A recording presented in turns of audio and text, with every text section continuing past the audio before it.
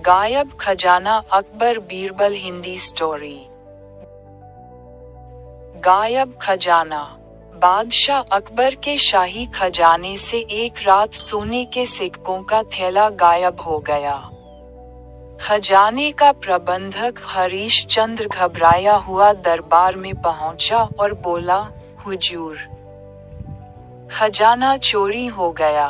ताला नहीं टूटा, कोई निशान नहीं, फिर भी थैला गायब है।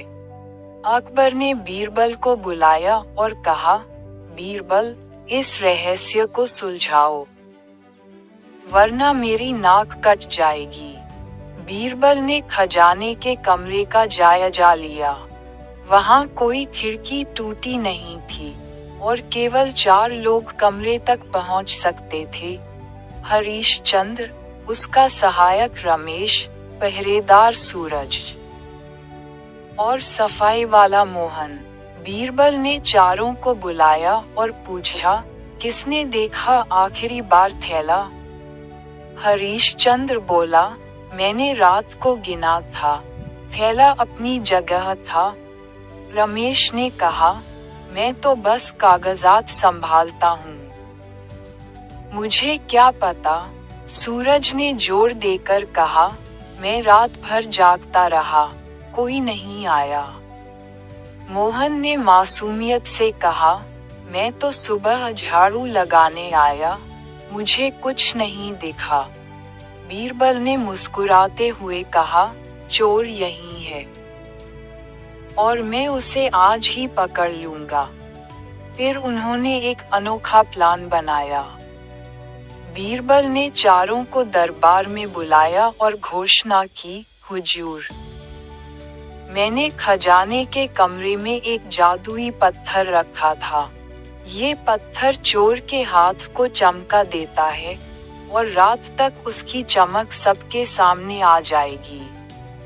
आज शाम को मैं चारों के हाथ देखूंगा, जो चमकेगा वही चोर। अकबर को ये तरकीब पसंद आई और चारों को शाम तक इंतजार करने को कहा गया। बीरबल जानते थे कि कोई जादुई पत्थर नहीं है, लेकिन चोर को डराने के लिए ये झूठ काफी था। शाम को जब दरबार सजा, बीरबल ने चारों को बुलाया। उन्होंने एक एक करके उनके हाथ देखे।